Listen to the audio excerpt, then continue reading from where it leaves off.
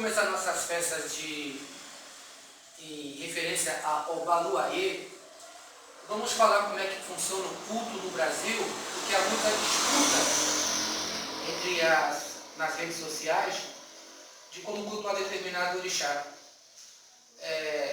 Veja bem, pessoal, na diáspora vieram várias tribos para o Brasil, cada uma de uma região.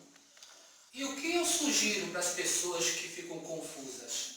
Eu sugiro que, do jeito que chegou no Brasil, do jeito que aquela tribo ensinou o culto daquele orixá no Brasil, é o culto que você vai determinar e executar no seu Ilê Axé, na sua comunidade terreiro. Por exemplo, chegou no Brasil pessoas de Ebadô, de Oió, de Ondô, de Ijexá, com o culto de Ologun-Edé. Então, se você vê na internet, eu vi lá na África que Ologun-Edé é filho de Obatalá, que é filho de Orumilá, que em Leifé, o assentamento de Orumilá fica ao lado do assentamento de Ologun-Edé, e lá ele é considerado escrivão de Ifá, em Leifé. Se viessem pessoas de Leifé para o Brasil, os terreiros antigos estavam cultuando dessa forma. Mas o que veio para nós sobre o orixá Ologun-Edé foi da região de Ilexá, inclusive versos recolhidos por PRVG, o pesquisador, reporta ao culto de Ologun-Edé dessa forma. E dessa forma, ele permanece filho de Erilé com Ieio e Pondá. A confluência do rio Erilé com o rio Oxum que dá cria esse tipo de mitologia. O que eu acho interessante que nos vários ibus são locais de adoração de orixá. A paternidade de Ologun-Edé sempre se modifica, mas a maternidade em Oxum, ela permanece em quase todo o território africano. E o que veio para o Brasil, veio dessa forma. Numa entrevista com uma sacerdotisa de Ologun-Edé, num lugar chamado Cucu, perto de Oxogô, quando perguntaram a ela, Tami Ologun-Edé, quem é Ologun-Edé? Ela respondeu, Ologun-Edé é Oxuni, ou seja, Ologun-Edé é Oxum. Lá, ela entende como um aspecto masculino de Oxum, na região dela. Em Oxogô, é de uma outra forma. Se numa região africana, a determinação desse orixá se reporta a cor vermelha, no Brasil é tabu. A cor de Ologun-Edé no Brasil é o azul turquesa ou o azul clarinho intercalado com a ponta de Oxum, que é amarelada. Então, a gente tem que se apegar, entenda bem, no aspecto exato da tribo que trouxe o culto e fixou dentro de uma comunidade terreiro.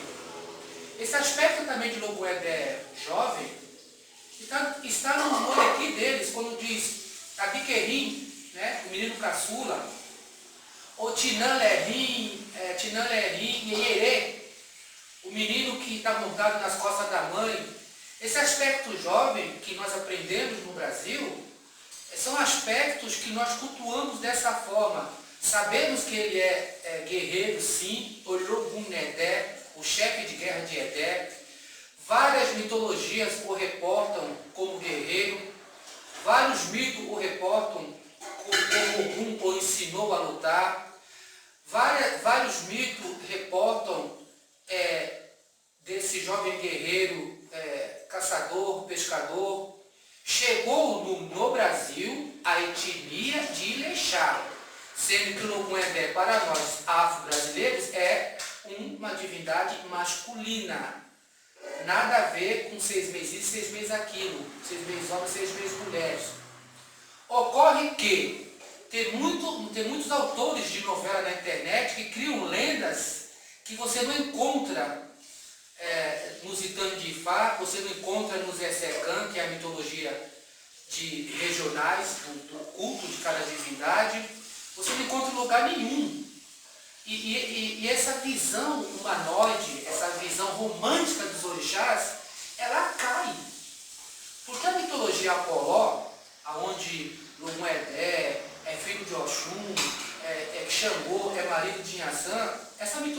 chamada de mitologia Apoló, ela só serve para determinar, elucidar como é o ritual. A mitologia explica os rituais e os rituais explicam a mitologia.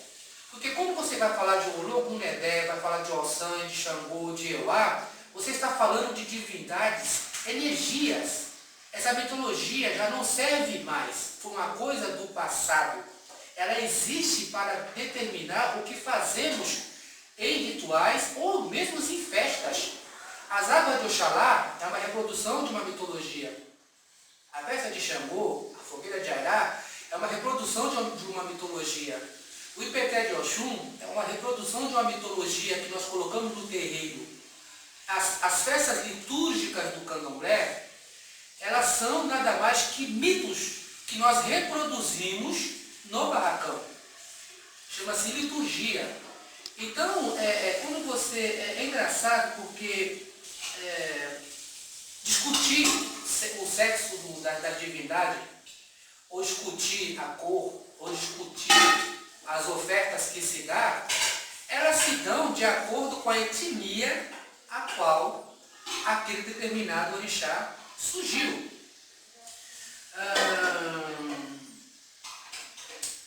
Enfim, quando a gente vai falar sobre uma mitologia Apoló, que reporta que Oxum é mãe de Ologunedé, veja bem, não existe, existe Oxum sem Ologunedé, mas não existe Ologunedé sem Oxum.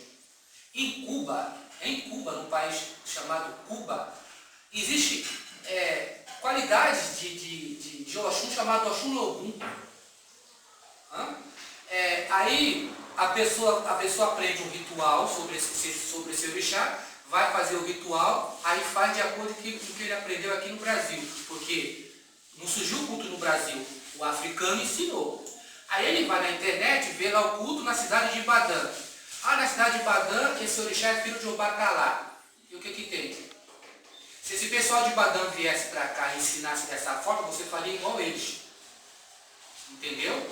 É assim que funciona. Mas em Abeokuta, o Ologunedé tem um aspecto feminino. O pessoal de Abeokuta veio para o Brasil na diáspora, eles vieram. Eles trouxeram o culto de Ogum, trouxeram o culto de Emojá, trouxeram o culto de Omoru, trouxeram vários cultos de vários orixás.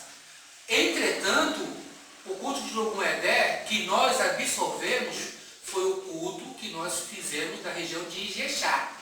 Isso serve para Ologunedé, isso serve para Oxum. Pessoal, em Oxogô tem mais de 40 ibu de Oxum. Entenda? Veja um rio, imagine um rio enorme, o rio Oxogô. Cada ibu são pessoas que moram à margem. E aí eles criam a própria lenda deles. Entende o que eu quero dizer? Eles criam a lenda deles. Eles criam a lenda aqui que esse santo tem filiação com esse, aqui esse santo tem filiação com aquele, na confluência do rio lá na frente, esse santo tem influência daquele, ou vice-versa. É assim que funciona. Então a diáspora explica. Nosso Xangô veio de tal lugar. É assim que nós cultuamos.